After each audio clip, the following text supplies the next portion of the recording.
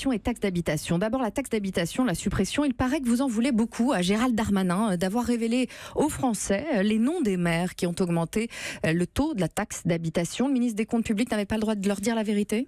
Ministre qui est en charge du budget et qui utilise l'administration fiscale pour publier une liste de gens qui augmentent la taxe d'habitation ne respecte pas en quelque sorte l'esprit et la lettre de la Constitution, puisque la libre administration des collectivités locales est garantie par notre loi fondamentale. C'est de la malhonnêteté, ce que vous dites ? Je ne dis pas ça non plus.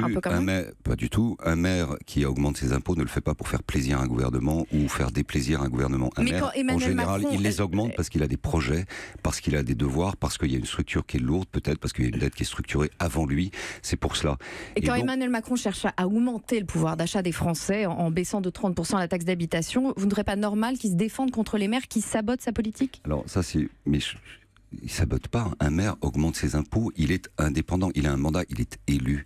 Une commune, c'est pas une succursale de l'État. Emmanuel Macron aussi est élu.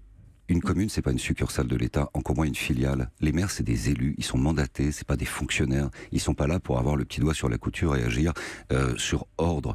On est des agents de l'État dans certaines missions et on est élus, mandatés Donc on ne par les touche pas à la électeurs. taxe d'habitation. La taxe d'habitation, vous aviez déjà presque la moitié des Français qui la payaient pas.